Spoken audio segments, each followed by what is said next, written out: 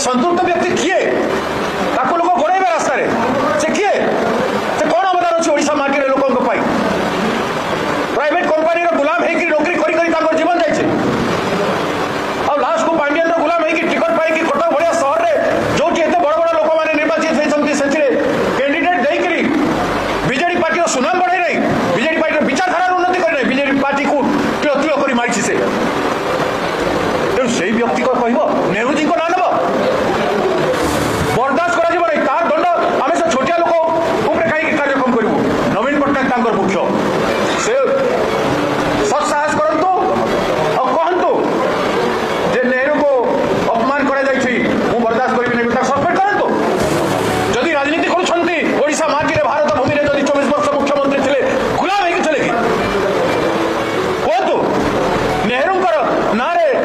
किए कहले जदि रक्षा करें ना किए से पदक्षेप नहीं पारे विजु पट्टनायक ना कहले केमती रक्षा करेंगे बापा सम्मान स्वाभिमान रक्षा करें ना से लोक कौन अधिकार अच्छी राजनीति कर राजनीति सन्यास नहीं जानतु राजनीति ना ओडिशा लोक को धोखा दिंतु नहीं गोटे भी बीजेडी नेता को नेता बन पारे ना भाई बन पारे पुत्र बन पारे विजु पट्टनायक आम भाई लोक तैयारी करते गर्व करुले आम मान विजु पट्टनायक रागुवे नवीन बाबू सब व्यवहार देखिए नेहरू जी अपमान